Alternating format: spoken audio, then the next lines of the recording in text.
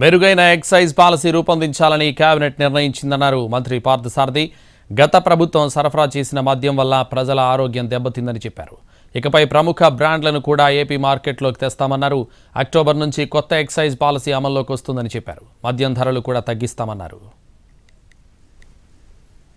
రానున్న నెల రోజుల్లో ఎక్సైజ్ శాఖను మెరుగైన పర్యవేక్షణ మరియు నియంత్రణకై ఏకీకృత పరిపాలన విధానం కిందకు తెచ్చేందుకు ఎక్సైజ్ శాఖను పునర్నిర్మించేందుకు ప్రతిపాదించడం జరిగింది.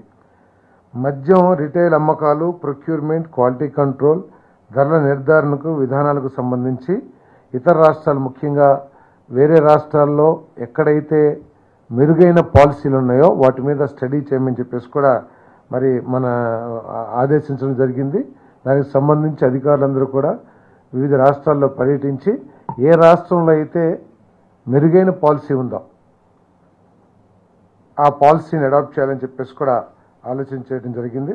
సెప్టెంబర్ 5, 24 నాటికి ఆమోదం ప్రక్రియను పూర్తి చేసి 1 అక్టోబర్ 2024 నుండి కొత్త మద్యం విధానం అమల్లోకి వస్తుందని చెప్పేసి